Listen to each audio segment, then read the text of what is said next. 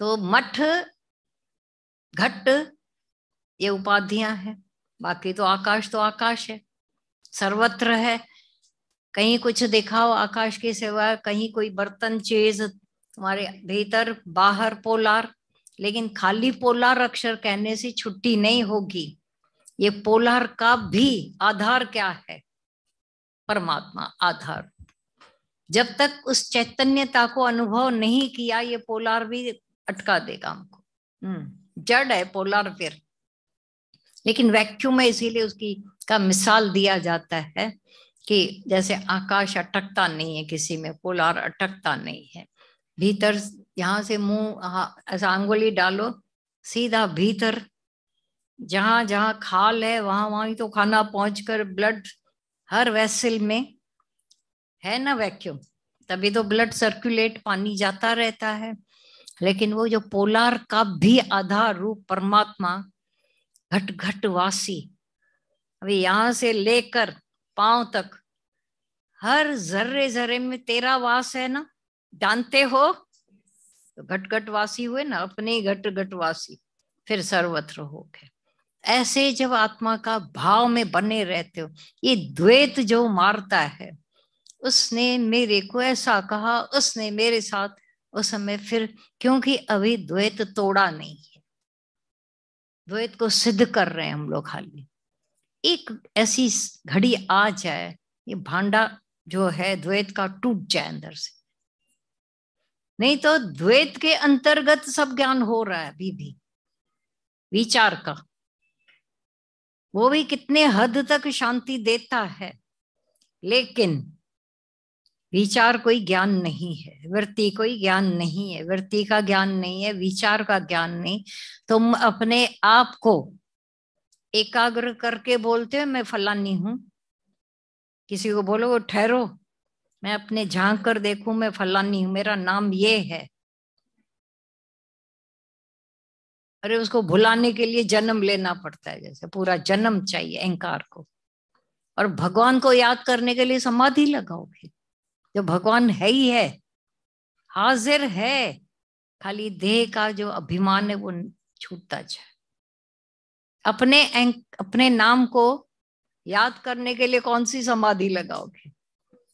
अच्छा बोलते नाम को भुलाने के लिए समाधि लगाते हैं, तो समाधि में भूलेगा, फिर व्यवहार में फिर याद आएगा, क्योंकि जो करना होता है वो आर्टिफिशियल होता है। समझ ऐसी धारण करे तो आर्टिफिशियल खत्म हो जाए सब कुछ। जो भी करोगे बनकर करोगे।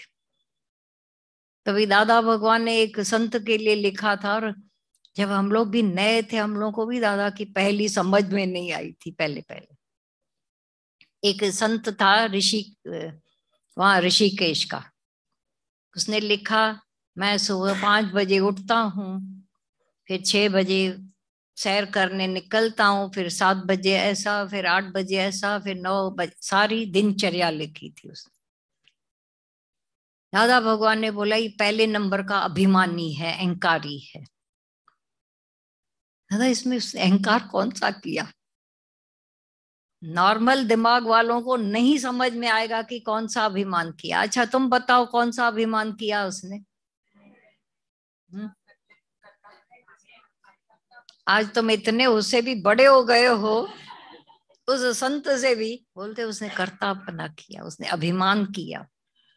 दादा भगवान ने बोला किसी दिन वो शरीर ठीक नहीं है तो 6 बजे उठेगा, तो बोलना तो रॉन्ग हो गया, ये अहंकार काय का कर रहा है? ईश्वर इच्छा से सब कुछ हो रहा है तो छोड़े ना ईश्वर इच्छा पर उस समय नहीं समझ में आया, वो पहली कैच हो ना दादा भगवान की। तब गीता भगवान ने बैठकर समझाया वही बात, ये तो बात है, अरे बराबर सच्ची बात है। गुरु की पहलियों को कोई सुलझा कर जब हमको देता है, ये बात है, दिमाग में बैठ जाती है। फिर उस साधारण दिमाग को भी गुरु हमारे असाधारण बना देता है। साधारण समझ लेकर आए थे, सत्संग सुनते सुनते असाधारणता फील हो रही है, अनुभव होती है, तभी तुम भी असाधारण हो गए। अब साधारण वाली हरकतें नहीं करना, असाधारण हो दिव्य हो, अलौकिक हो, इंडिफरेंस हो गए। तो अभी जो पहले वाली हरकतें, कोई करोड़ापति होकर फकीर वाला काम नहीं करेगा। अभी थे तो थे, अब जो हो वो भाषा में असाधारण पन्ना होना चाहिए, रहनी में असाधारण पन्ना।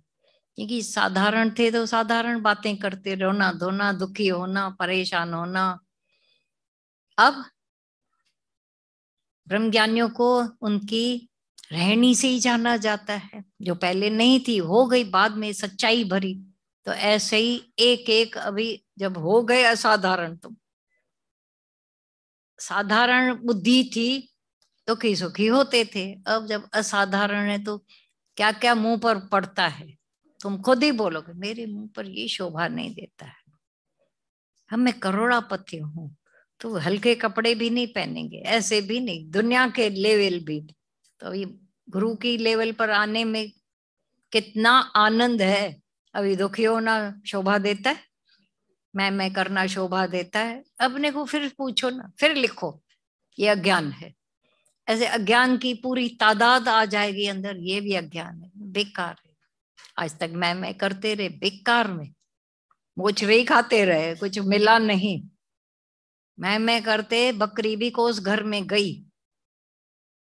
मैं करते हम कहाँ होंगे बोलो, भूल कर फिर से फिर आदत करा देती। सावधान, घड़ी घड़ी सावधान, क्षण क्षण भूलनहार, और क्षण क्षण सावधान भी होके देखे। घर में हर घड़ी जहाँ अहंकार आता है, अभिमान आता है, अज्ञान आता है, फिर सावधान। एक दूसरे को घर में सावधान करो। नहीं गुस्सा आ जाएगा उनको बहुत, तो मैं क्या करूं? 7 जन्म गुस्सा आवे, सच तो बोलो। गुस्सा आया, माना अंदर मिर्च, वहां आयोडीन लग गई तो घाव खत्म हो जाएगा ना आयोडीन से। जब हमारी आयोडीन मेरे घाव पर लगती है तो जलाती है और दूसरी जगह ठंडा करती है। जाकर आज आयोडीन को लगा के देना, टिंचर आयोडीन वो यहाँ भी लगाना जहाँ कहीं कुछ होवे, और दूसरी जगह लगाना, वो ठंडक आएगी और वो जलेगा। अब जला तो फिर ठीक भी तो वही होगा, पर ऐसी वायातगिरी करना नहीं। क्योंकि सुनने के भी कान रखना पहले। जब सामने कोई तुमको बोल देगा तब तुमको फिर मिर्च लगेंगे, ऐसा भी नहीं। ये समझ